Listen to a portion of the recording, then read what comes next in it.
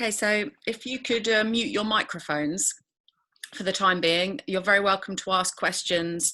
I can't see your questions and do this at the same time though, so we might have to wait till I've done this talk first. So thank you very much to everyone for coming along this evening. And today I'm going to be talking about dream incubation. I found myself getting lost down quite a few rabbit holes doing research for this, as isn't very surprising because it's a really fascinating, interesting subject, and it kind of materializes in a lot of different cultures around the world. So that was one of the areas that I got lost down the rabbit holes with, because I wanted to try to trace the idea of dream incubation back as far as I could to what seemed like source.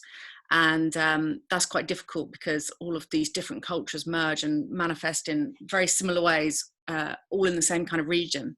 So one of the books that I'd really recommend, a kind of exhaustive academic version of this talk, is a book called Where Dreams May Come, which is an amazing book that basically explores all potential sites for dream incubation in the ancient world, especially during the Greco-Roman period and in Egypt, in Greece, and elsewhere, by Jill Remberg. And a slightly more manageable tome is Maya's Healing, Dream and Ritual, which looks specifically at the Asclepian tradition and also makes a big play on the fact that the Asclepian sanctuaries were part of the Eleusinian mystery tradition as well, and that the dream aspect of it may have had a initiatory dimension to it. And I think this is very interesting, actually. And one of the things that I also believe would be true, that in any initiation rite, any kind of performative, dramatic, theatrical performance that was part of the initiatory rites in Ephesus or elsewhere, I think that they would have actually been processed during the dream state, and any internal initiatory experience that would have occurred may have happened in the dream state, where the person that attended the festival would then process that incredible thing that they've experienced on a deeper level when they dreamt about it later on. So we're going to start off in Minoa, which is like one of my most favorite cultures. I find Minoa really fascinating. And I think the links between Minoa and Egypt are especially interesting. And I think that they have really influenced one another, and that trade between Egypt and Minoa was quite strong even from early dynastic times. And I think that the Minoans brought a lot of Egyptian ideas into their religion and culture as well. So the first kind of places that we have for healing that reflect the Asclepian tradition later on would be these peak sanctuaries in Minoa. So these were sanctuaries of healing. People are not sure whether they were orientated towards worshipping a goddess figure, but it seems likely because on Crete they worshipped goddesses, and I don't think there's been evidence of gods found in Crete. In early Minoan religion, it's mostly centered on female deities. So these votive limbs are, I think there's about 25 peak sanctuaries all over Crete. There's a lot of them, and in these peak sanctuaries they found lots and lots of votive limbs, which you see in the Asclepian tradition later on as well. So these are a little terracotta or stone or clay body parts that it's supposed people took to these healing sanctuaries to receive a healing or to thank the god for healing that part of their body. And they're quite anatomically specific as well. So there's tons and tons of these found in these peak sanctuaries.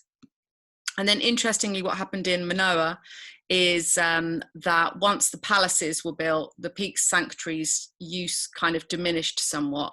So the peak sanctuaries are the first healing sanctuaries we see, and then later on the palaces were developed and they kind of took over that job, and then you start finding votive limbs in these palace centres as well. And Minoa is really interesting because so much of what we know about Minoa is kind of wrong because of Arthur Evans. Arthur Evans called Minoa Minoa. Minoans didn't call themselves Minoans. We don't really know what Minoans called themselves, but the Egyptians called them Keftu, people of the islands. And one of the most famous artifacts from Minoa is this snake goddess that you're probably familiar with.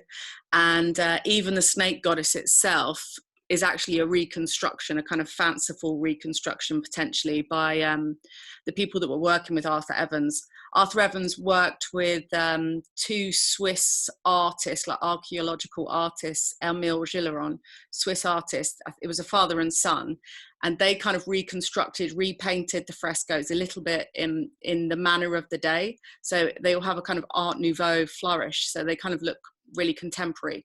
And as you know, Knossos especially, you see the picture of Knossos here. Arthur Evans reconstructed that, repainted it. He laid out things the way he wanted them to be laid out to fit in with his narrative of the people. So this snake goddess, this snake goddess shows where the original pieces of snake goddess are black, and then Arthur Evans's team filled in the rest. So actually, she wasn't shown holding these two snakes. The only bit of snake was this black piece here. And apparently there are notes from the original excavation that say she was holding flax. So she may not have been holding snakes at all. And also this cat was placed on her head, and there's, you know, it really doesn't offer the complete reality when it comes to what that goddess represented. But the goddesses in the Heraklion Museum are really beautiful, these Minoan goddesses. And I think this is really interesting. So the horns of consecration are what have been considered these bull horns that are a ever-present symbol in Minoan culture. So you can see this one goddess has the bulls of consecration as a crown, and this other goddess has the opium, the poppy heads in her crown, and this one has a bird. And I love this because it reminds me of the Egyptian Ka symbol, and it's this kind of posture of adoration, which I really love. And so these goddesses here, this is sometimes called the goddess of ecstasy, and she has her eyes closed, and it's thought that opium was burned in like a ritual fumigation, so people would have experienced peace and ecstasy. And the opium was considered to be the bringer of death and sleep, abundance and fertility. It was obviously hypnotic and helped people get to sleep. It's an early sleep remedy. And in this little jug here, you can see the opium poppy form head. If you turn to this pot upside down, it looked very much like an opium poppy. And you see the snake here as well. So the goddess of ecstasy is really interesting, and she also has these little slits on the poppy heads, which shows that they knew how to extract the opium from the poppies. And there's lots of opium poppies containers found. I think Sophia showed us one last week, actually. But one of my little theory, actually no, it's not my little theory, there's a couple of people that think this as well, but there's this idea of the horns of consecration actually relating to the Egyptian hieroglyph for the mountain sign of dew, and it's Akhet when it has a solar disc in it. And I think this echoes the Ka, and I think that it's quite likely that Minoans were sun worshippers, and that these horns of consecrations could actually be the symbol of the mountains with the sun rising up between them. And actually this ties in with the idea of these peak sanctuaries, because the peak sanctuaries would have been the best place to see the sunrise and the sunset and to observe the mountains. And what I really love here, and I think you see this in the posture of this goddess, is with upraised hands as a solar goddess, the sun of her heart is rising through her body to meet the sun in the sky. And I like the birds here on her crown as well, because birds obviously have the dawn chorus and they celebrate the sun and they worship their sun in their own way. So as these palaces developed, the peak sanctuary started to decline. So we have this interesting relationship here between the votives offered at the peak sanctuaries, the iamata, the stories of Greek Asclepian healing success in these votive limbs that we've got here, and then actually the modern day tomata offering in the Greek Orthodox Church, where people will bring little body parts to the church for healing. So there's essentially this idea of healing coming from serpents, springs, caves, and natural powers. This is a fountain in the Spili village in Crete, and there are other beautiful natural scenes in Crete. And so in these peak sanctuaries, there were an abundance of natural springs. And obviously, natural springs have always been really important to ancient people and were a source of life and potency, and potentially an opportunity to commune with the mother spirit and with the mother goddess and imbibe some of her wisdom.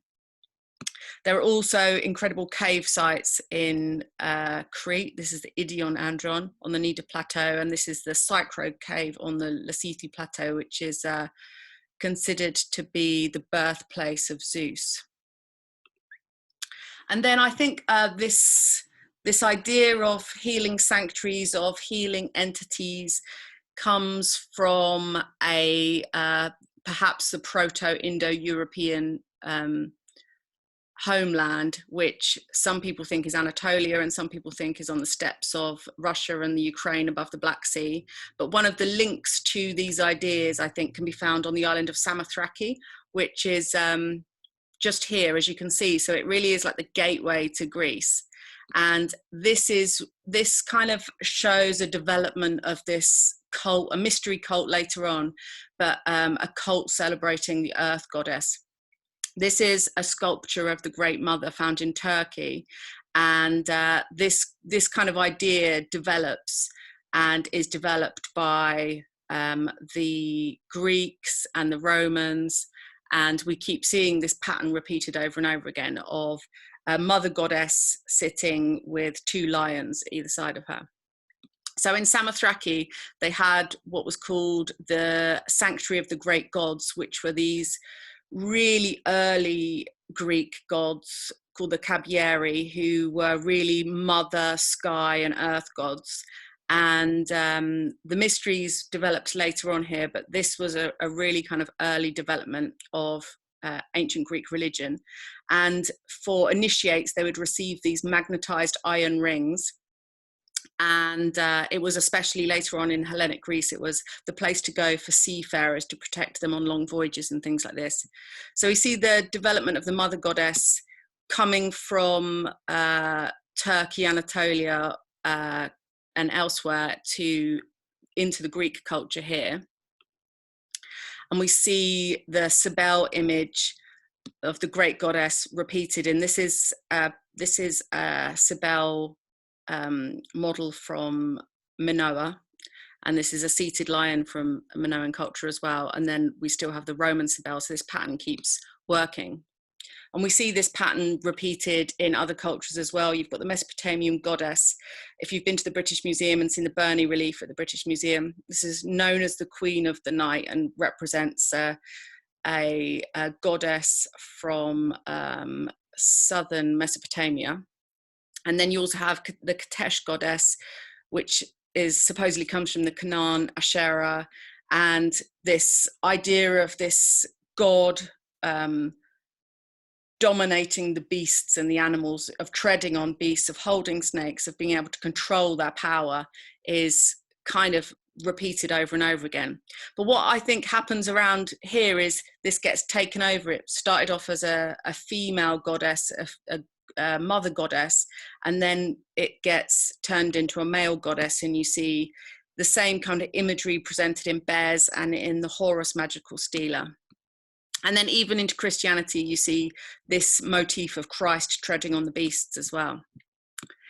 So we're going to get onto Asclepius now, and Asclepius has been associated with Imhotep in ancient Egypt as well. And I think this is because the Egyptians didn't practice dream incubation in this way for healing until Ptolemaic, Alexandrian times, and so the Egyptians started to associate Imhotep with Asclepius then, and Imhotep became deified as this miracle worker essentially. And I think Imhotep and Asclepius really are kind of prototypes for the Jesus archetype as well, because they both have mortal mothers, and they are these miracle healers and often heal people in dreams.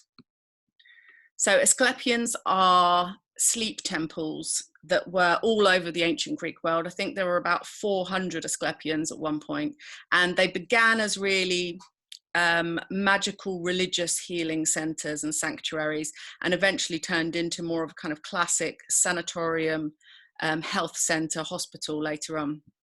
And they persisted right into Roman times as well, and it was only with the advent of Christianity that the Asclepians stopped being used.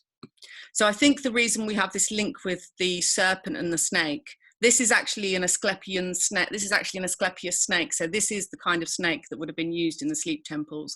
And it was seen as the theriomorphic form of the god Asclepius as well. So if you had a dream in which a snake touched you or licked you, you could also be miraculously healed as well. And apparently, in order to decide where a new temple was going to be built, the temple attendants took snakes on a boat and traveled around with them and then let them off in certain places. And wherever they slithered off, they decided that that was the best place to build a new temple to Asclepius. So the reason why I think Asclepius is associated with the snake is because he's the son of Apollo.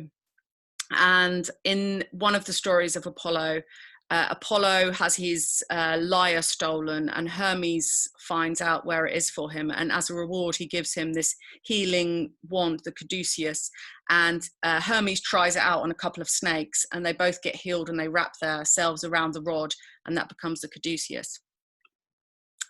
And Apollo also slays the python, the female dragoness at the heart of the oracle at Delphi, to take over. And so I think this is when really we go from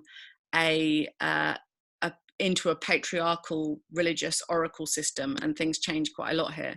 So the earliest records of dream incubation seem to be for divinatory purposes, and healing came a bit later on. So we have, I think I've got a slide here. So we got the idea of dreams are for healing, dreams are for divination, and I think there's a good argument for dreams being a sort of death practice as well, and potentially inspiring the death cults that emerged, because I think that human dreaming probably became more complex, and with the ability for human beings to start writing their dreams down and recording them, they created a feedback system whereby their dreams became more complex and myths started to proliferate as a result of more remembered dreams.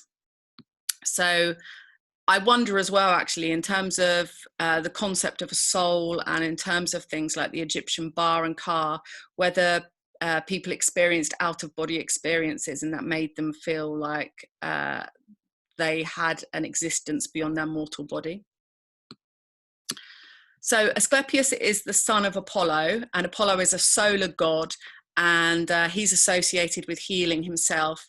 And Asclepius's mother is the mortal woman Coronis, and Coronis slept with somebody else. Apollo was really angry about it, so killed her. And then apparently when she was lying on the funeral pyre, he slit her womb open, rescued the baby Asclepius, and took him to the centaur Chiron, who taught him the healing arts. And Asclepius apparently learned more healing magic from saving some snakes. He found a snake in the forest, and I think there's a few different versions of this story, but one of them is that he helped a snake out, and so the snake, in a sort of return favor, whispered the healing arts to him. So he becomes the patron deity of these sleep temples, and he has like potentially a real mortal background, and perhaps like Imhotep becomes deified like a long time after his birth, with the foundation of the sleep temple at Epidaurus. And Epidaurus is thought to be his birthplace. So when they gathered the snakes, they'd pick them up from Epidaurus because they were like the birth snakes of Asclepius, and take them around to try and find new sites. So his symbol is this snake entwined around a staff, and his sometimes wife, sometimes daughter is Hygeia, where we get the word hygiene from, and the bowl of Hygeia is her symbol, and this is still used as a symbol in pharmacies all over the world. And then Teles Forest is his kind of attendant, and Teles Forest is an interesting little character, and his name means really kind of an idea of bringing into harmony. And I really like this, because Asclepius's father is Apollo, and he is the god of music and harmony. Teles Forest works in this way of Greek medicine believing that health is really harmonizing the body, and that you return to the perfect state of health that you should have at birth. So your kind of perfect blueprint of health is the goal. So this is a artistic representation of what it might look inside a Asclepian, and you can see here that actually the image of Asclepius is not too far away from the mother goddess in the throne. He's got a dog at his feet and a serpent entwined around a staff here. And I do really think that basically men took over at this point and started to be the deities responsible for healing. So dogs were apparently abundant in the temples as well, and you could be licked by a sacred dog. And actually dog licking was used because I think it's antibacterial and can help clean wounds, and so it was even used in Roman sleep temples as well.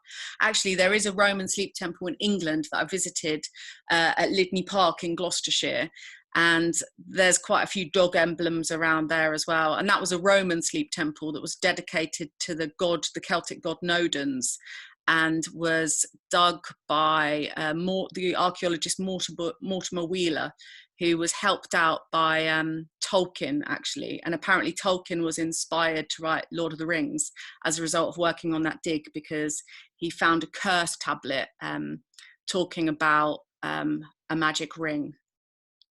And actually that magic ring was discovered like many years later. So it all worked out in the end. The Lord of the Rings paid off. So the temple sanctuaries of these sleep temples were incredible, vast, expensive complexes. I think one of the Thymel at Epidaurus was one of the most expensive buildings built in ancient Greece. And so there were a few different buildings in there. There would be bathing complexes, because Asclepius was a bit like an ancient Greek Wim Hof type character with his beard and his scraggly hair and his dipping in cold baths. And this is one of my favourite things. It's no longer in existence, but there was a chryselephantine statue of Asclepius at Epidaurus. So a chryselephantine statue is made out of elephant ivory, and it was huge. So these white panels of ivory were kind of put over a metal framework together, and it was embedded with all kinds of precious jewels. And because it's made out of ivory, it would need regular moistening. And apparently it sat above one of the wells at Epidaurus as well. So there were a few different things you'd have to go through in order to experience a dream healing. And the point of the dream or the sleep temples was to facilitate this experience. So after a period of purification, fasting and offerings to the gods and invocating the gods, you would finally, when the temple attendants decided it was the auspicious moment for you, you could go into the chamber that was the final chamber for this sacred sleep, and it was called the abaton. And you can see an example of the ritual bed that you would lie on here. So this is called the kline, which is where we get the word clinic from. And this shows the woman lying on a stone bed covered in the skin of a sacrificed black ram. And this is Asclepius having appeared in a dream or vision, and Hygeia standing behind him and touching the patient. And so there are around these sleep temples what are called the iamata, which are attestations to the healing powers of Asclepius and the other gods that were attendant there as well. And so it really was like constant positive affirmation and advertising for the magical powers of Asclepius. Everywhere you looked, there were these votive limbs, these symbols and testaments to the healing power of the god. And everywhere you looked, there would be something saying, "I've been healed by Asclepius." So the small abaton, one of the interesting rituals that would happen here is in some of the sleep temples at least, in the final ritual, you would invoke the goddess Nemosine, who is the goddess of memory and remembrance and sense making, and she would enable you to remember what you've experienced in a dream, and that was an important ritual. So the idea of this sleep, this sacred sleep, was that in the sleep state, in the hypnotic trance, whatever you want to call it, you would have an experience where you would be touched or even operated upon by the god, and in this dream event you could be spontaneously healed. And I do find this a very interesting possibility, that in a dream state, in a potentially lucid dream state, if you experience a healing event whereby a god touches you, irradiates you with light, performs a physically impossible operation, your body in a lucid state is at quite a unique level of integration between mind and body. So perhaps that creates a very powerful foundation to activate a spontaneous faith healing response. We know that placebos can work. So placebos must work on the principle of belief and a conscious ability to affect homeostasis, to bring your body into balance. And we know that when you're sleeping, there are certain genes that are switched on that are not switched on during wakefulness that help organize this homeostasis. So there could be a potential there for this integration of mind and body to occur, so that the healing event that happens in the dream has real physical impact. And as these centers developed, they did start to use more in the way of traditional medicines and operations, and hygiene and cleanliness was very important to them. They were always built in really beautiful places, surrounded by abundant, lush countryside with fresh air and lots of, often lots of springs that were known to have medicinal properties. Not necessarily hot springs. Cold water bathing does seem to be quite an important part of it. So this is Hygeia, and even today the Hippocratic Oath continues to invoke her name. So in the Hippocratic Oath that physicians have to swear to, they swear by Apollo the physician and Asclepius and Hygeia and Panacea and all the gods and goddesses that according to my ability and judgment I will keep this oath and this stipulation. So Panacea is another very interesting goddess. Panacea is obviously the cure-all, the universal remedy, and she was a daughter of Asclepius. So I find this interesting that the dream temples and the sleep temples could offer this panacea, this medicine that could cure everything. And I wonder whether the medicine that could cure everything was a dream medicine rather than a physical medicine. So here we see what it may have looked like inside an Abberton. There were kind of long dorm rooms of beds, and serpents, snakes were allowed to slither freely around the sanctuaries. They were non-venomous snakes, so they weren't dangerous to people. And obviously a snake has been a cult symbol for a very, very long time, because humans have observed the fact that it can shed its skin and renew itself and essentially be reborn from that state over and over again. And here are the remains of the cold water baths at Epidaurus. And up here we see a relief whereby a family, note the size of the gods in comparison with the little families. So the family are dedicating a cow to Asclepius and Hygeia in this relief. And this is one of the sites in Pergamon. As I was saying, there's about 400 Asclepia all over the world, and this one was in Pergamon, modern day Turkey. You can see quite a lot of the remains of the Pergamon temple at the Pergamon Museum in Berlin. So this is the temple to Teles Forest, the little attendant god to Asclepius. And this is a ritual bath, actually, this one on the left here. And there are more sacred pools for purification. And this idea of purification has kind of existed for all kind of temple sites, but seems to be especially important in these dream temples. And then this is the symbol from Pergamon, the snakes and the rosette. And so these snakes have seemed to have persisted into this idea of healing and miracle working into contemporary Greek Orthodox tradition. And this is the snake festival in Kefalonia, where actually there's a small church where the snakes are gathered and people come to experience and touch the snakes. And the snakes, I like the look on this woman's face. She looks especially disgusted by the snakes. But yeah, in this festival for this short period of time, all the snakes come out, and to be touched, they'll grant your wishes, and they bless you and provide miracles for people, and especially related to healing.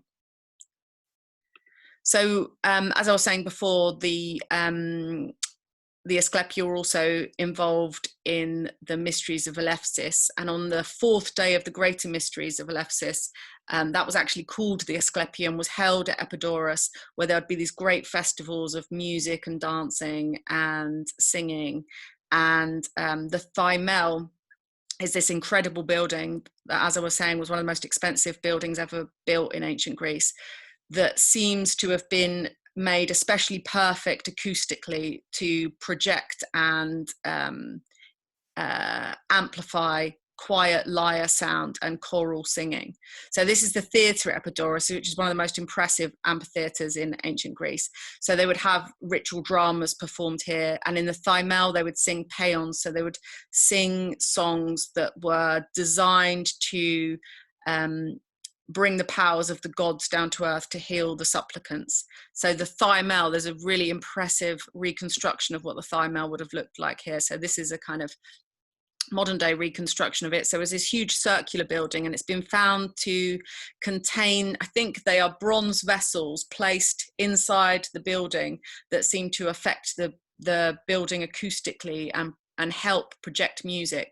So the idea of harmony and the idea of musical harmony, especially being able to heal people and to have a powerful healing impact, was recognized by ancient Greek people. So this is another example of the votive offerings. These are ones that are found all over Asclepius. This shows a temple attendant lugging a giant votive offering across the forecourt. This is one of my favorites, the terracotta thumb, which is like a Facebook-like. There's a nice little votive breast and penis here. And then there are many, many other votive offerings found here. So these would have been all over the Asclepians. And then we were talking earlier about Nemosine, and Nemosine is the mother of the muses and a very important god in the Greek Titan pantheon. She's one of the earliest gods, and she's the daughter of Gaia and Uranus. So she's the daughter of earth and heaven. And I really like this because you see this god that's the daughter of earth and heaven, or the son of earth and heaven, repeated over and over again in culture. And she is the personification of memory, remembrance, and sense making. So she apparently named everything in the world. She is the mother of all the muses. So she is the mother essentially of divine inspiration. And as one of the final rituals in the sleep temples, you would invoke Nemosine using a fumigation of frankincense. And I've noticed myself meditating with frankincense that it is mildly psychoactive. And if it's done in a small space, hotboxed, you do find that when you remember things, very vivid visual memories come back to you. She was also involved in the oracle at Trophonius, the Cave of Nightmares. And so this kind of works with how dreams and visions were used mostly for divinatory purposes before we have this idea of healing using dreams. So the Trophonius oracle is a kind of scary, terrifying oracle. And in this one, you would be lowered into a hole above a rushing underground stream, and it would be pitch black. And apparently there are lots of snakes in there as well. And you'd have to take the snakes' honey cakes to appease them. And when you were in this oracle, you would experience an altered state. There are stories of people actually hitting their heads and perhaps losing consciousness for a little while, because you had to be lowered by your feet into this hole in order to have this experience. And it was very terrifying. And before you went into the cave, you would have to drink from the river of Lethe, and Lethe was Nemosine's sister, and she was the personification of forgetting. So you'd drink from Lethe to forget everything you know so far, and then you'd drink from the spring of Nemosine, the river of Nemosine. There were these two rivers that interacted at this point in Greece. And then you drink from the river of Nemosine, and that would help you remember everything you're about to experience in the oracle chamber. And then when you came out, apparently you were so terrified and horrified and incoherent, you were sat in the chair of Nemosine and you would recount the experience to the attendants there. And then you would be taken off to a little hostel somewhere to calm down for a few days before you could go off. And when you were like babbling incoherently in the chair of Nemosine, the attendants would write down your babblings and construct an oracle out of that for you. And she was also part of the Orphic mysteries. And she was named in the Orphic mysteries as part of the guidance that you needed to enter the afterlife successfully. So you would have to say to the attendants there, I am a child of the earth and starry heavens, really kind of aligning yourself with Nemosine being the daughter of heaven and earth. So one of the stories of Asclepius is that he was so successful as a healer, he actually healed Hippolytus from death. And this act, this godlike act, because he wasn't a full god, angered Zeus so much that Zeus killed him with a thunderbolt. And Apollo was furious with Zeus. And so eventually Zeus relented and decided to make Asclepius into a constellation, and he became a sky deity. And this is kind of where his deification really takes part. And part of his presence in the mysteries at Eleusis was because Asclepius was late to the Greek pantheon of gods. And so during the mysteries of Eleusis, they recognized the fact that he came late and he was initiated late to the pantheon of gods. So yes, this is Orpheus in the constellation. And actually we're just about to enter. The sun is just passing in front of Orpheus as we speak. I think it starts actually on around the 30th of November, the sun passes before Orpheus. So there is this idea that Asclepius was the sickness and the remedy, because he was this wounded healer character who had been killed by Zeus. And because he had been so afflicted, he was the divine patient and he knew all of the ways to heal people. So I'll bring you all back now. That's kind of the end of my talk, but we can elaborate on sections that you want. I just don't want to talk to like no one for too long because it feels weird. You can unmute yourself if you have any questions.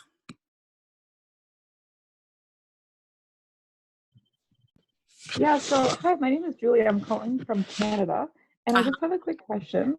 So what's the difference between the one you just described, like the incubation where people would come out and they would need several days to recover? What's the difference between that and then those temples we saw, which were kind of like dorm rooms in a sense? So the temple at Trophonius was an oracle. And so you went there to experience the future or to find out something that you didn't know the answer to. And I've read some accounts of that from kind of Greek tourists in ancient times, going there and writing these horrifying accounts of things that have happened to them. And it's unclear how much time they spent inside the chamber, but some accounts make it sound like they were down there for like 3 days, not eating anything and kind of trapped in a hole. I'm not sure if that was the case for everyone that went there, but it seems like they're in this kind of like in-between sleep and dream state, or this in-between dream and wakefulness state where they're kind of like losing consciousness, coming round. There may have been some sort of psychoactive substance involved in that oracle that we're not quite sure of. Thank you.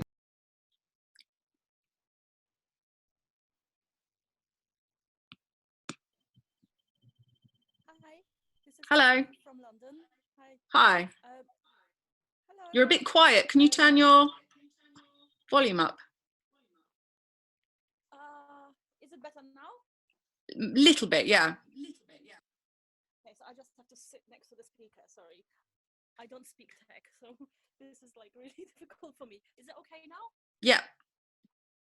So just a quick question: when you showed us the pictures of the temples where people were healed by snakes, Yeah. were they first made in a trance state, so like the sleep and awake in between kind of state? Like how did that happen, or did they have to do nothing and the They went in. One of the nice things about the ideas around Asclepius was that actually people said sometimes that you needed to have a dream in which Asclepius visited you and invited you to go to the Asclepius to receive the healing.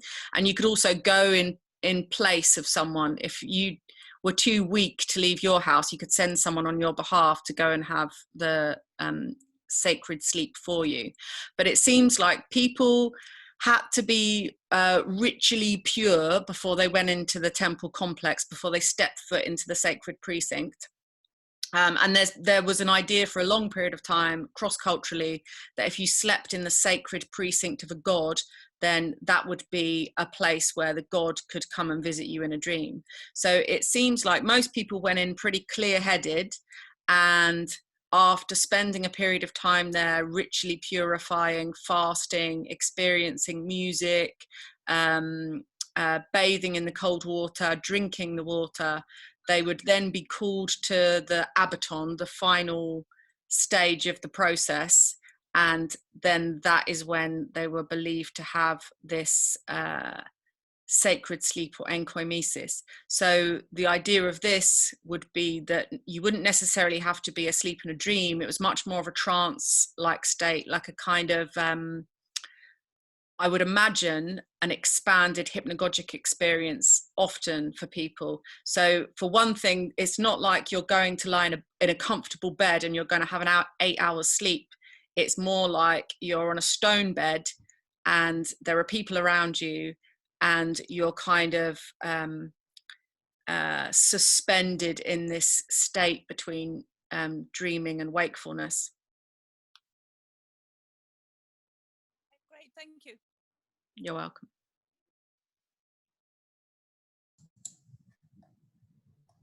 Hi, Sarah. Hello, Sophia.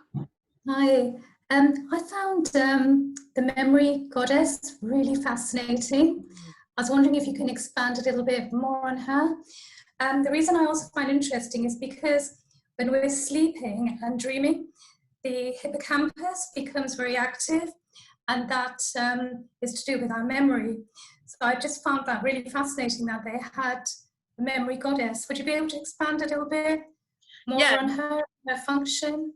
Yeah, Nemosine, so she's the personification of memory and remembrance, and she would be also invoked by anyone having to remember anything ever, especially things like orators and poets, where they didn't have long bits of text written down or their speeches and they had to remember everything by heart. They would invoke Nemosine, and they'd often do that before they gave their speak or read their epic poem.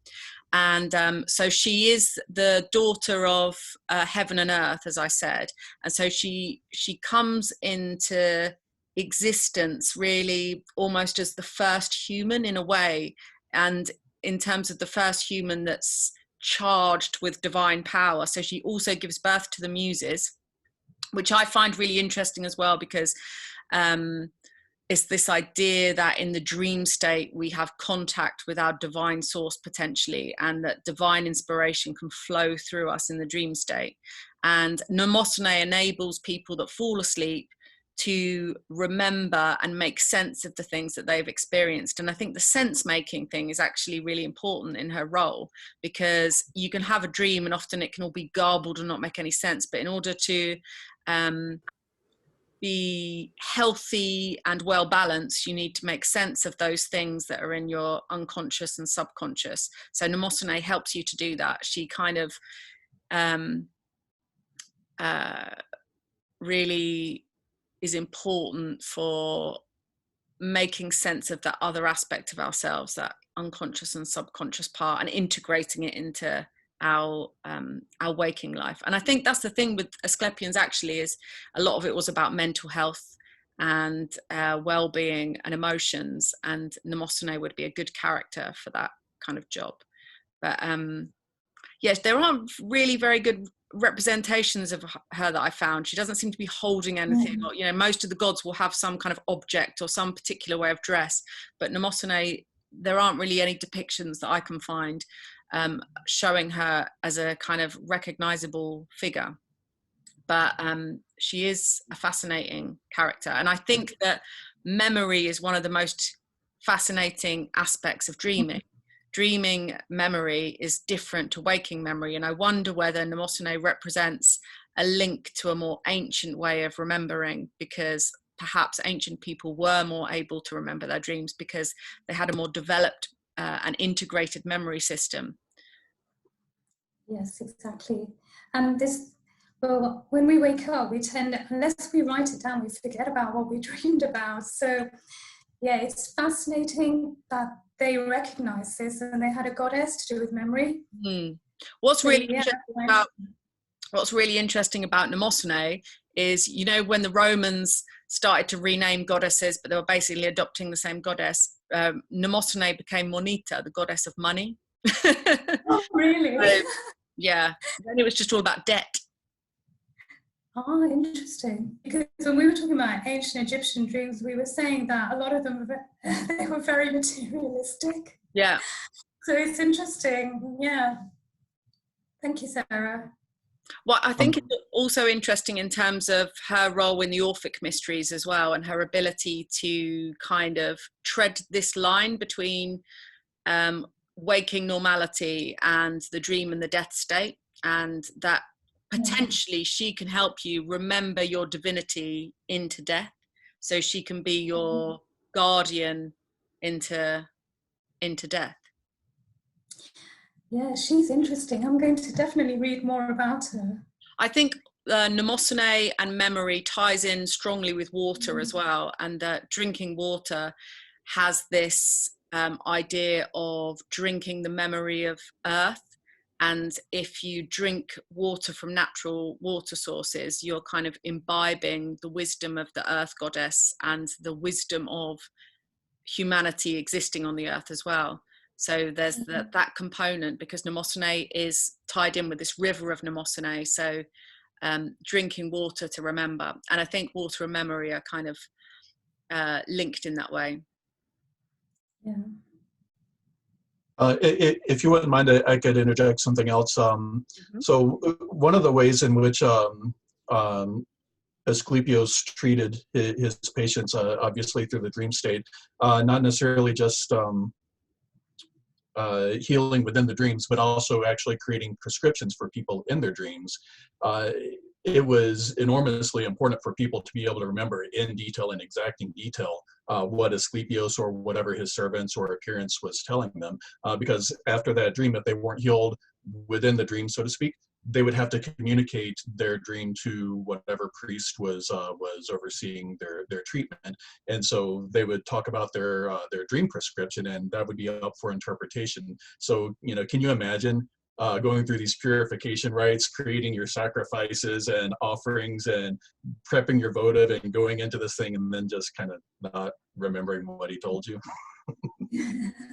Yeah, I think that's a good point. And there is this idea as well in Greece of this sort of classification of dreams. So you have the divine dream, whereby you have a miraculous intervention from a god, where you don't need any help from a priest because you're just spontaneously cured. You have, like you say, that dream where you're given instructions that you may need someone else to help you out with. And you have a dream that is of not much use to anybody, or a sort of just reliving of your life. So they did recognize that there were these categories of dreams, these kind of like divine revelatory dreams, the instructive dreams and divinatory dreams, and dreams that didn't necessarily mean very much at all and just kind of reflected your life at the time.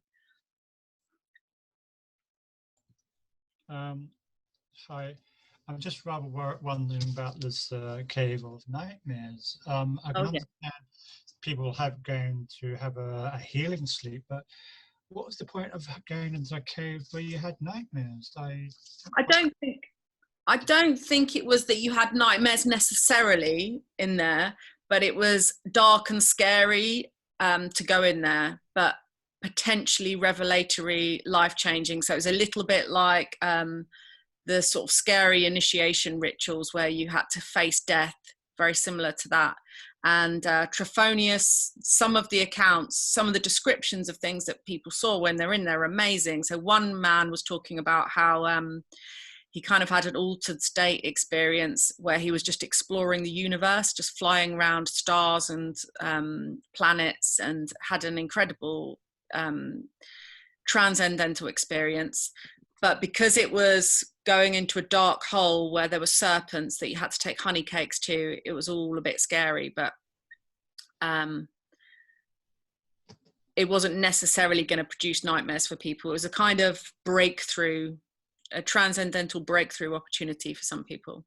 So those people who did that were obviously looking for something, maybe some kind of crucial turning point in their lives, presumably. Something just a healing. They might have reached a make or break kind of thing about life. They feel they have to go through this experience. And I wonder as well whether it might have been a kind of last resort oracle where you've tried everyone else, and so your last resort is Trophonius, because that's like the scary one. I wouldn't want to try it. No, I don't fancy much either. It's interesting though, because what it makes me think of, because the murmuring water is, I think, where these oracles are supposed to have started to manifest. So the murmuring and the language of the water turns into kind of like gobbledygook and snatches of phrases.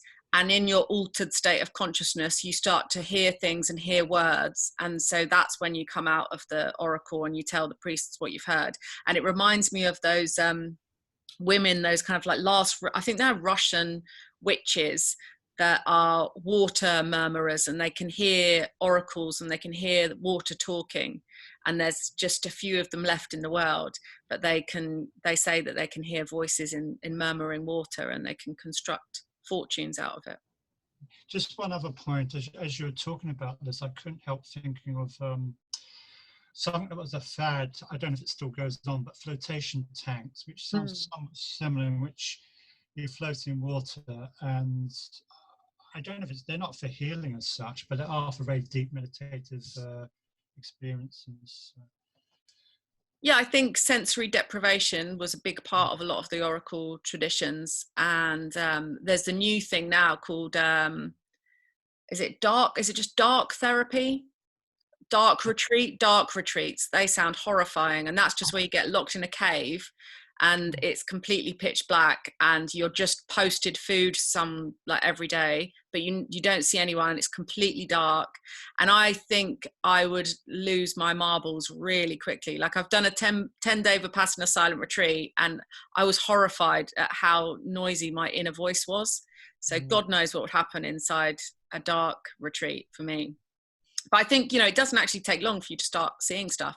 People kind of think that hallucinations, especially these days, think hallucinations are this sort of unusual, you've got to be mad to have hallucinations type of phenomena. But actually, like, a few days of sensory deprivation, even a flotation tank, an hour in that, and you're seeing stuff already. There's even a method of sensory. Sorry. I just wanted to add to that. There's even methods of sensory overload where you can just expose your eyes to white noise and your ears to similarly white noise. And within 10 to 15 minutes, you can start having vivid hallucinations. Yeah, that sounds awful. It doesn't sound quite so natural as what they would do in a sleep temple, does it? It sounds like the use of modern technology to really induce something very quickly, which I'd be a bit frightened of. I mean, in 10 minutes, that sounds a very quick amount of time to do that. It worried me. I was going to ask, why honey cakes for the snakes? I think it's a relationship with oracles in Greece. Honey is part of the oracle tradition, and the Melissae were the bees of the oracles.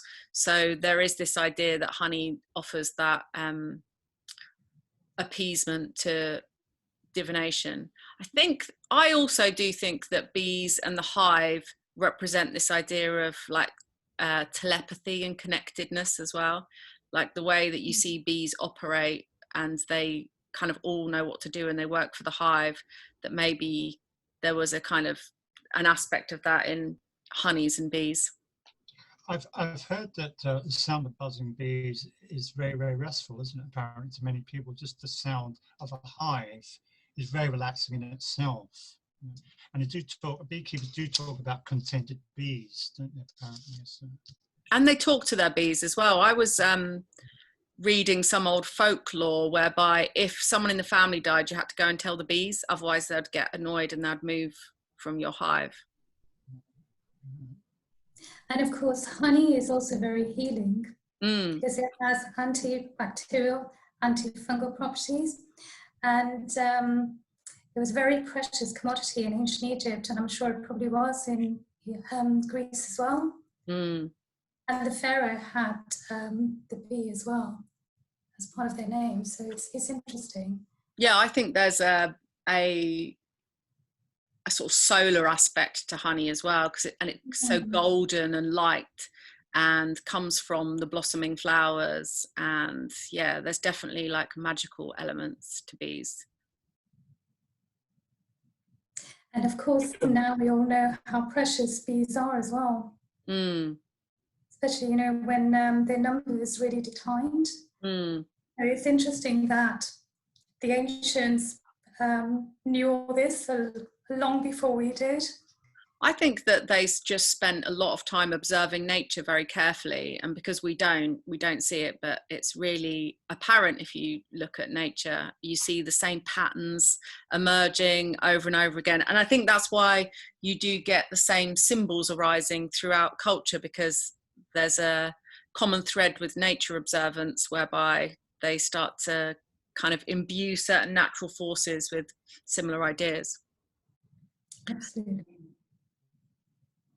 We also see offerings of honey cakes along with, I can't remember what it's called. It's in Rinberg's descriptions of the sacrifices made to the gods at Epidaurus. There's a combination of cheese and bread. It's very cake-like, and I just can't remember what it's called now. But that, along with honey cakes, were common sacrifices to the gods as people were preparing to go into their incubation. Yeah, I think Epidaurus or Asclepians were quite cheap usually to get into, and Asclepius favoured the cock and honey cakes, and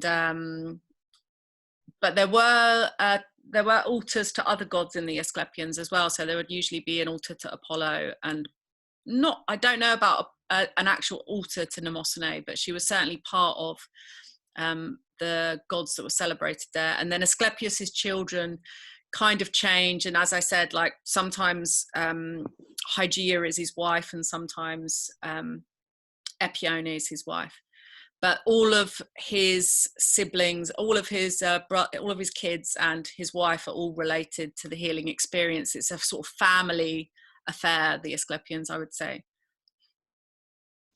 Was there any sort of healing temple for mental illness as opposed to physical illness, or would they see that as being possessed by the gods anywhere if someone was mentally ill? I think Asclepians were actually really important for mental health issues, and so there are these votive tablets that express the success of the healings that have been received at the Asclepians, called the Iamata, and a lot of those issues involve mental health problems, and a lot of them also involve fertility, which may have a psychosomatic cause actually, because there are lots of these unusual accounts of women coming in with fertility issues. And in one of them, I think this woman says she's been pregnant for 4 years and Asclepius heals her, and then she gives birth to a healthy 5-year-old boy who's just able to walk around and wash himself and stuff like this. So the healings are miraculous. And in some of the dream accounts, Asclepius is performing physically impossible operations like chopping off people's heads, tipping out bees, sewing it back on. But I think that the event is really important for a potential idea about how these things might actually work, because if you can accept that a placebo effect is real and that even a faith healing response is real, then the Asclepian dream healing idea is not really that wild. And it makes a lot of sense to me. Being a regular lucid dreamer, I've had lots of dreams where I've had healing experiences, and you do get like a body response to it. And if that was to occur over a period of time, and perhaps if it wasn't too acute a problem, it could be solved. And especially when it comes to fertility, where a lot of the issues will be psychological. Asclepius was especially promoted as like an amazing obstetrician, like a really celebrated person in terms of healthy childbirth and fertility. So I think that a lot of the issues surrounding childbirth would have come from fear from people, and that if the confidence in Asclepius could allay those fears, then those women could go on to have like healthy childbirth experiences. I've had very few lucid dream experiences, and the few I've had, I've always spoilt them by thinking, oh right, I'm in a dream and I know I'm dreaming. Then to try and test myself, I do something like trying to float up in the air, and that has a reflex thing on my physical muscles, and I wake myself up. Does that make sense? Yeah, I think what happens, I do think what happens sometimes in a lucid dream for me is, say for example, when it comes to flying, if you doubt and you think you can't fly, then that mental force manifests in you not being able to fly. And my earliest experiences of lucid dreaming were when I was very young, and I do remember I used to find them really exciting, because I'd get like a bodily sensation when I became lucid, and I would be too close to like rousing into wakefulness.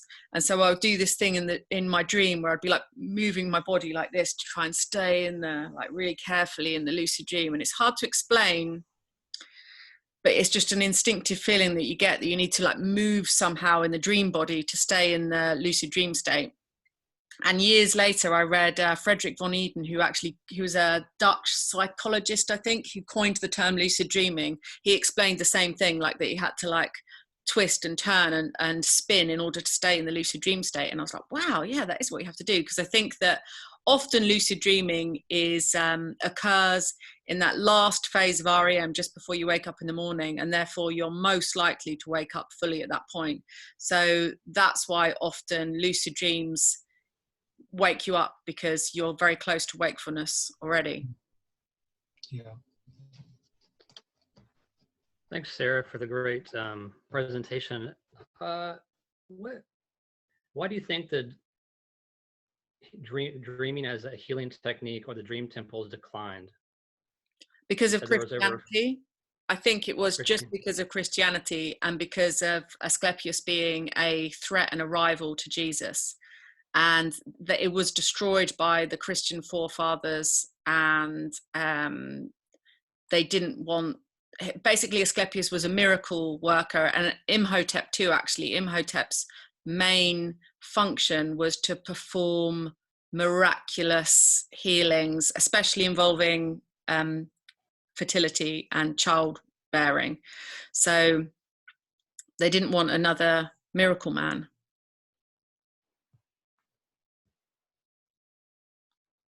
And the snake was obviously turned into an evil character in Christianity as well. So those two things. But then you see those pagan traditions persisting, but just under a different guise, like in the Cephalonian snake festival. The snakes are the snakes of Mary. So they're still there, and they're still performing the same task, but they're just glossed over by Greek Orthodoxy. So is there any kind of equivalent in North America? I was thinking about North American Plains Indians. Do you think there's any equivalent, any kind of sleep healing that they did? Or? I'm sure that I have heard about it, but I don't know much about the American traditions, because I've mostly been researching the Greek stuff. But I'm sure there usually is. I was interested today. I got myself lost down a rabbit hole of like the precursor to Minoan goddess worship and the idea of these healing sanctuaries. And I think that these things all came from Turkey, or I think one of the theories of the Proto-Indo-European homeland is that it's on the Russian and Ukrainian steppes above the Black Sea. And I know there's a a goddess figure found just on the edge of the Black Sea that's really old. And I think that basically from there, some people went into India and the Indus Valley, and some people went into Turkey and then spread out, and then from Turkey started to make their way through Greece and wound up on the Greek islands.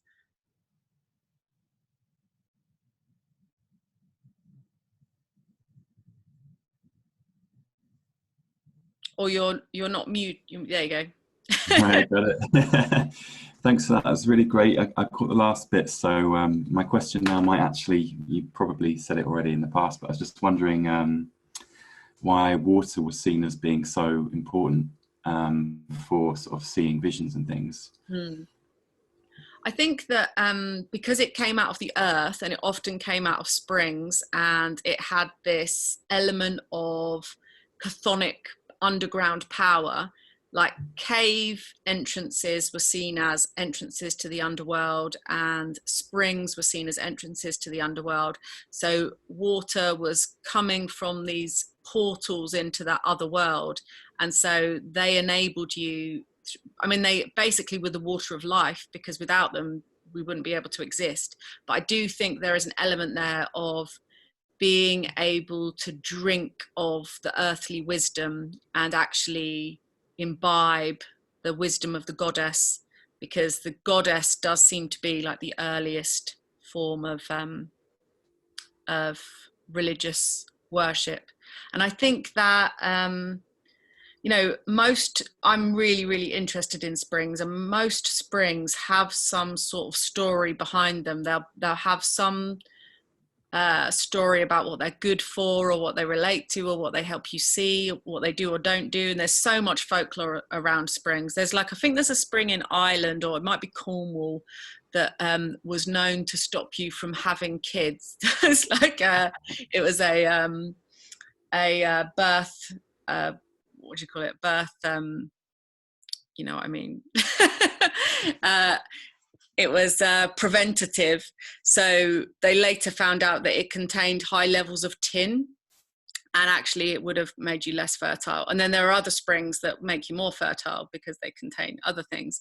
And I've been to quite a lot of spa towns. My favorite is Karlovy Vary in the Czech Republic, so I thoroughly recommend that.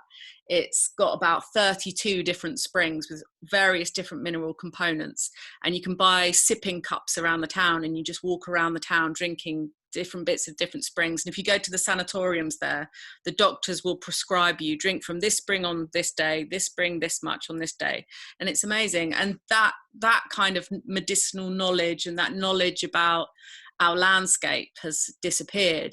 But actually, if people and our ancestors have spent hundreds of years in the same place, over that time they will have observed changes in nature, effects on nature, and they will know what the properties of a spring are by you know, long observation. Yeah, over in Britain, I mean, we've got this, I mean, it used to be very popular spa towns, didn't they, which were very popular in the 18th and 19th century. And apparently they had something called hydrotherapy, didn't they, at one time, which literally, I think, was trying to, a sort of more of a brushed up version of the spa towns, of using water as a healing process that we went through. So my dad used to work for Thames Water, and he was like constantly telling me like that Thames Water is just as good as spring water, and I was like, definitely it's not. And he'd give me like a pint of Thames water and a pint of Evian and be like, you can't tell the difference. And I'd be like, Dad, this tastes disgusting, like so disgusting. And it was funny actually, because I think the reason why I really got into natural springs was actually one of the dreams that I have all the time. I have this recurrent dream of looking for this spring of wisdom, and it takes many different guises, but it's always like, essentially I have to walk, the places always look very different, but it's this idea that when I drink this magic water, I'm going to have this magic power. And then I realized a little while ago that it relates to drinking from a natural spring in Croydon that I was obsessed with in Beddington Park, and it's just this memory of my youth that I reenact in this like increasingly exotic formula. But I was really obsessed with drinking from this magic spring in Croydon. But it wasn't probably a magic spring, it was just like some water that erupted in Beddington Park. But it became like mythologized by Croydon youth.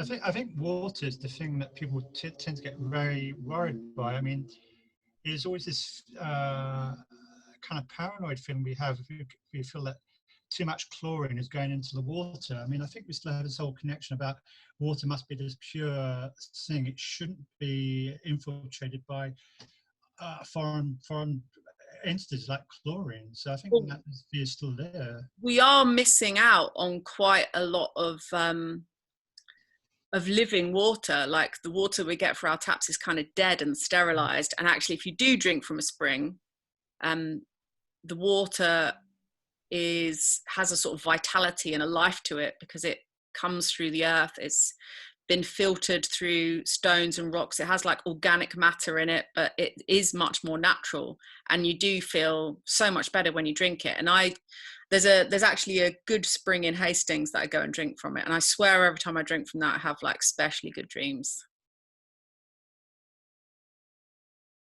But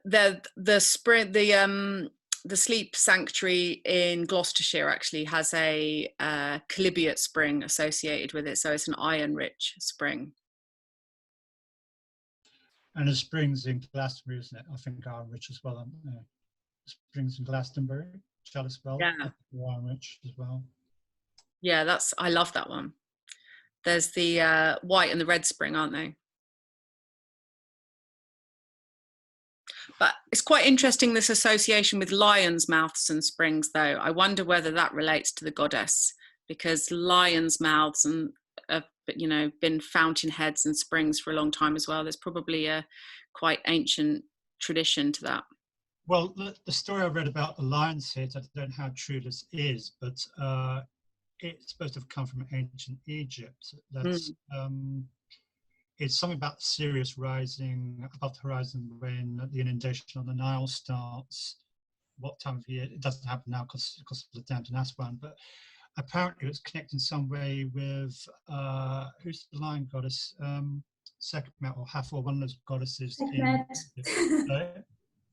It was Sekhmet. Sekhmet. The lion goddess. Yes, Sekhmet. That apparently, I don't know how to, apparently somehow that's the original connection of putting lions with water together. You know, the water come out of the lion's mouth, you've seen statues. So. Well, I guess they were perhaps like the forerunner to the chthonic realm.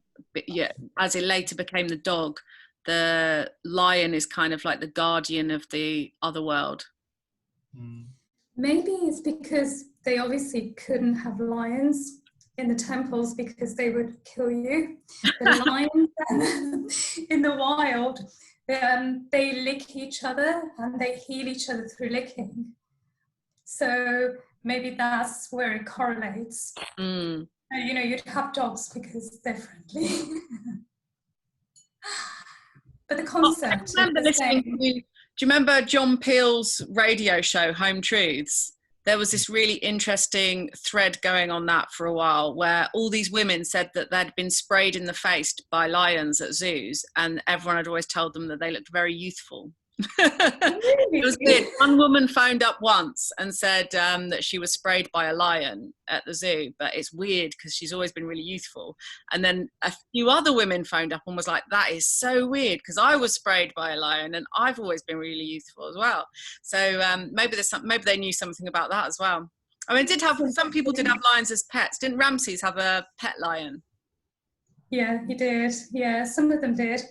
And don't forget, you know, on their beds, they had a lot of lions on their beds as well. And part of it was protective, but I think part of it is because lions sleep for a really long time. And they have healing properties in their saliva. Like dogs. Dogs are slightly less terrifying than lions. And snakes have healing power in their venom. Because scientists now are using venom to create all kinds of, they're using in pharmacology quite a lot. And I wonder whether they know more about that than we have evidence for in Greek times. Sure, I mean, they probably did. I do have like a intuitive feeling as well that potentially a snake bite delivered in a dream could actually be like an acute healing event. because if you did get bitten by a snake, it would really provoke your body to like rapidly respond to it. And in the dream state, that could be quite interesting. So I wonder about that, because I think the bowl of Hygeia is a very interesting symbol, because the snake does seem to represent this kind of poison and medicine idea. That's interesting. I think there's a myth, isn't there? But I can't remember who the god is, where he gets bitten on the heel. And I can't remember. Is it the Bible? Achilles. Sorry? Is it Achilles? Achilles gets bitten in the heel, but this is about a god who gets bitten in the heel. It gives him the healing property. It might be Chiron, because he has to limp. That's why he's been bitten in the heel, and he limps throughout his life. But that's because he's been bitten himself. He knows how to heal. It's like the wounded healer. Yeah, yeah. Chiron is known to be the wounded healer archetype as well. Now, if you've asked all your questions, are you ready to do our sleep hypnosis? So I'm going to say goodbye to you all now, because I want you to just turn your computers off after we've done this. And I want you to turn your screens off and your mics off, so that you can just relax and get really uncomfortable, really comfortable. And you don't have to feel like too conscious of me watching you sleep or anything.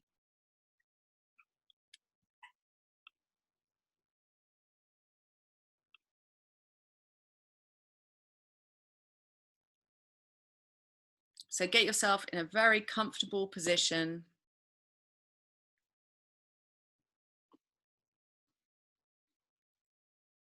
And just first of all, take a few moments to take some deep breaths and recalibrate to a very relaxed, very comfortable and peaceful state of mind. So take one deep breath with me here through your nose. Hold it in your belly for 5 seconds. And slowly breathe out through your mouth.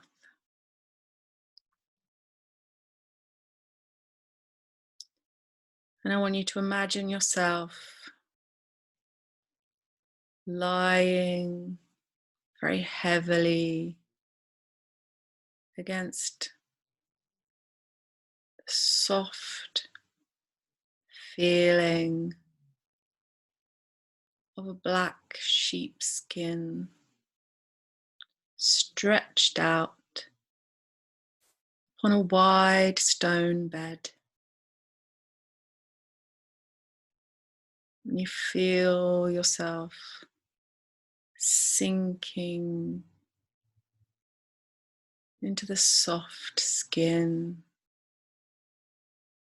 your face melting, your limbs sinking, becoming very heavy and very relaxed. You feel the earth bearing the weight of your body, and you recognize you're lying in a small, dark chamber, and the air is thick with the smoke of frankincense. You breathe deeply now, this rich, warm fragrance. And as you do, you begin to remember your journey to the temple.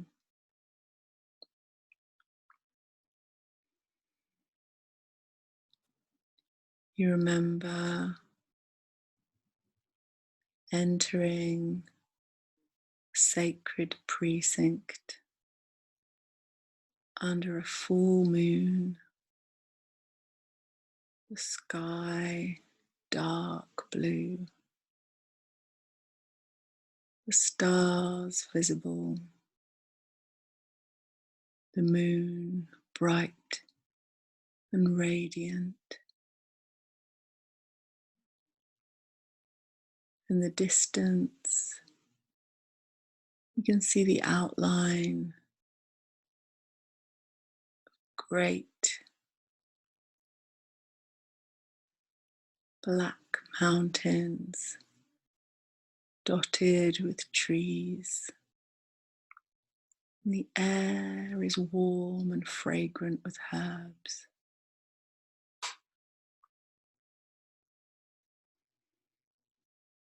You see the sanctuary from a distance.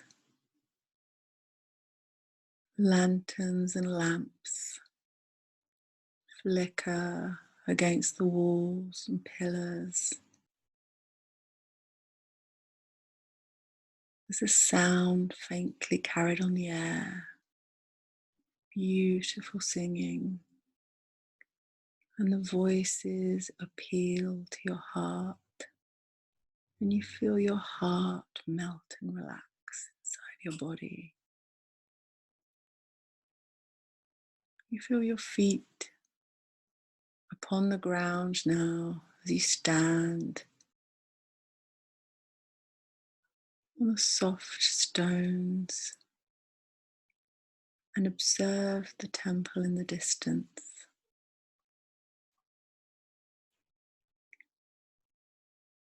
The moon has risen above your right shoulder and casts its light along a shining path of limestone, glows in the moonlight and leads your way into the sanctuary complex. In the distance, you can see the great temple of Asclepius,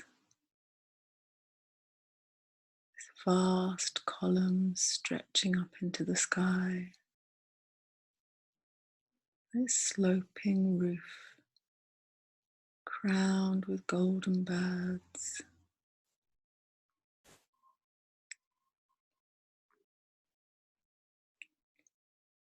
You walk towards these shining columns, observing the oil lamps burning,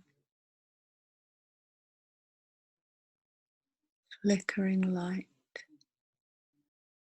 relaxes your eyes, and you walk along the path into the complex, taking in all the sights and sounds of this peaceful, harmonious, and healing place.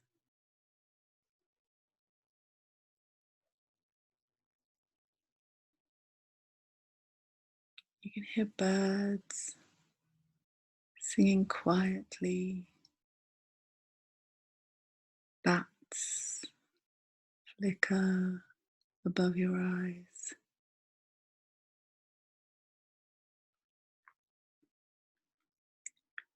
See glowflies gathering in the trees. You hear owls and other night birds in the forest behind you. Step into a wide open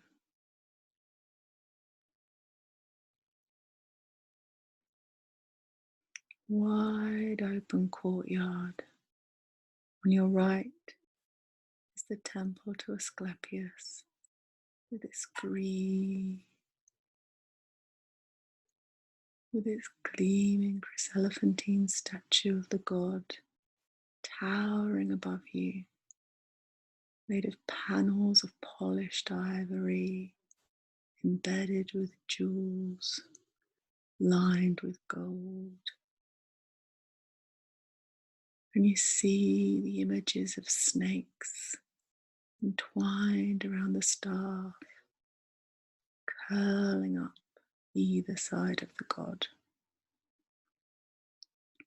And underneath the god, you can hear the murmuring of the sacred well, water bubbling, gurgling with the potency of earth memory and earth harmony, the power to harmonize all the atoms in your being, to realign and rebalance your hormones, your DNA, to perfect your being, to bring you back into alignment, the pattern written on your birth. You wish to drink of this magical healing water. So you step towards the sound of the water murmuring. You hear it whispering. Water has the voice of the Mother Goddess. The Mother Goddess pouring out of the earth, nourishing her children. You are a child of the earth and starry heavens. You are permitted to drink from the water of memory. At the foot of the giant chryselephantine statue of Asclepius, the water gushes onto the dry ground. It pours into a lustral basin, wide, deep basin, constantly filling and emptying with fresh water, cool from the time it's spent deep below ground. By the side of this basin, there are many terracotta cups. You reach your hand out to select a cup, and you feel the texture of the clay against your fingertips. And you pick it up, dip it into the water flowing from its source into your cup. The cup is filled very rapidly, already overflowing with this precious water of life. You bring the cup to your lips and you feel the texture of the cup against your mouth. And you pour the very cold, healing water into your mouth and you drink from the water of life, all of the blessings from the great mother, mother of mountains, Asherah. This water flows down your throat. Feel the water sparkling into your body, filling your body with divine memory and light. This water is medicine, purifying medicine. Drink some more water, and when the cup is empty, place it back on the ground, and you continue walking into the complex. past the temple to Asclepius and the giant chryselephantine statue. You see the round Thymel, giant, perfect building, completely circular, supported all the way around by tall columns. You hear the sound of singing and lyre music traveling through the air. You feel peaceful and very relaxed. And you listen to the beautiful singing, and you allow the sound of the singing to carry you towards the Abaton. You find yourself in a long colonnade.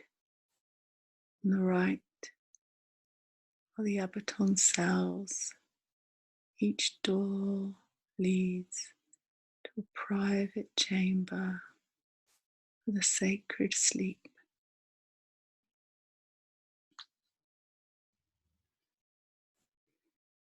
You walk along this colonnade, the moonlight glancing on the stone.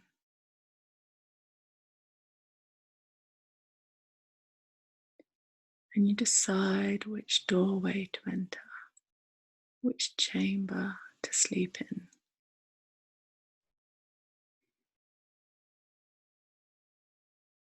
You walk along, one door draws you in. You walk into this door, the third door along the colonnade.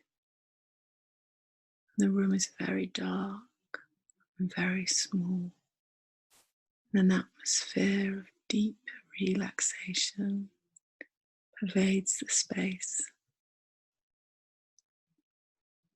On the floor, you recognize movement, and you see the moonlight glisten upon the scales of the snakes as they writhe serenely on the floor, twined around the furniture, carpeting the room. You step carefully, you feel their bodies against your bare feet. They're peaceful, and you feel their healing powers as they pass over your body. In the middle of this small room is a low stone bed covered with the skin of a black ram, and you use your fingertips to find the curly surface of this black ram skin. You bring yourself upon the bed and you lie down, ready to deeply relax, ready to fall deeply asleep. You listen to the sound of the snakes as they slither against the floor, emanating the healing power of Asclepius with their breath and the gentle flickers of their tongues. Feel very peaceful, very calm, and your body becomes heavier and heavier. And you try in a moment to open your eyes, but your eyelids are just so heavy and tired.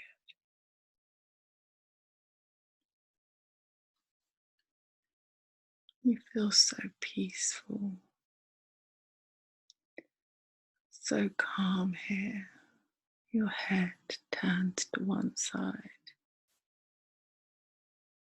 You bring your attention to the space between your eyes,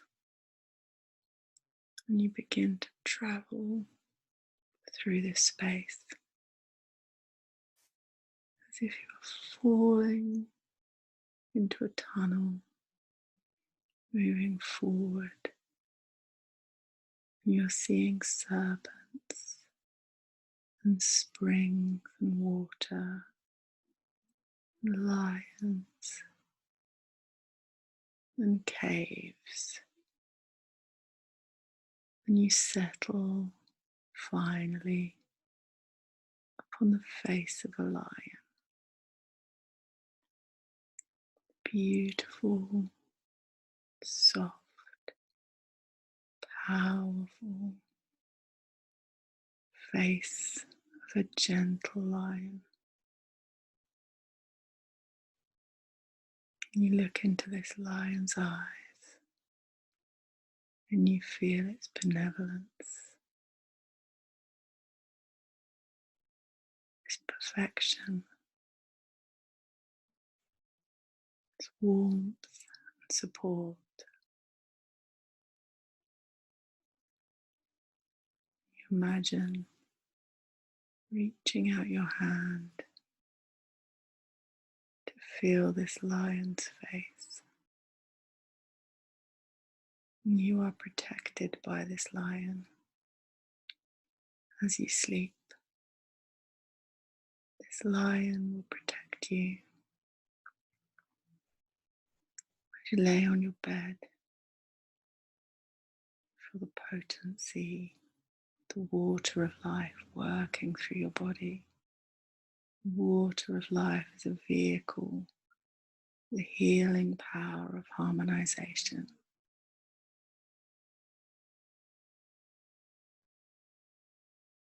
I'm going to count down from 10.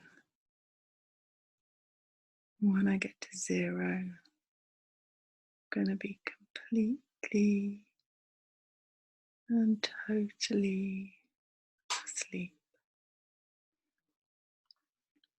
Your body is heavier now,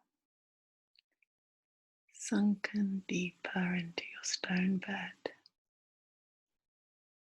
enjoying the vision of a beautiful lion's face.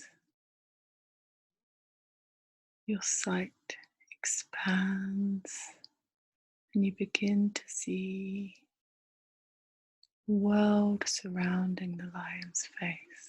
You see its body and the landscape, the rock upon which it lies. 9, feeling even more relaxed and even more peaceful now. Your body is drifting like a feather through space, gliding first this way and then that way. 8, you're falling down to sleep, becoming so peaceful and relaxed, entering the dream state, allowing your mind to pour into the dream. 7,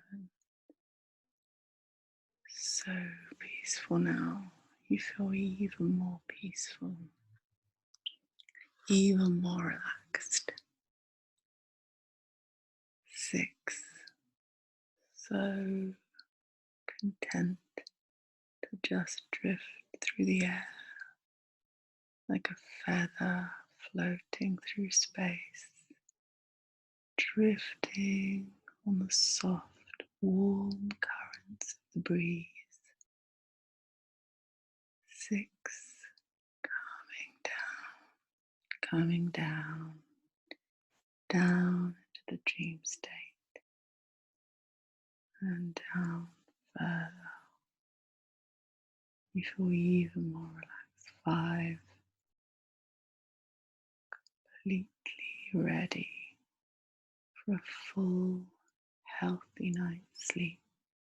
4, you're now with the lion, the beautiful countryside, green, lush forest, warm grey rocks. The lion lies upon the warm grey rock, You're walking around, enjoying the beautiful scenery. 3, enjoying all of the peace and the calm of this natural scene. 2, totally ready to sleep, dream, and experience the healing potential of a magical dream state. 2, 1.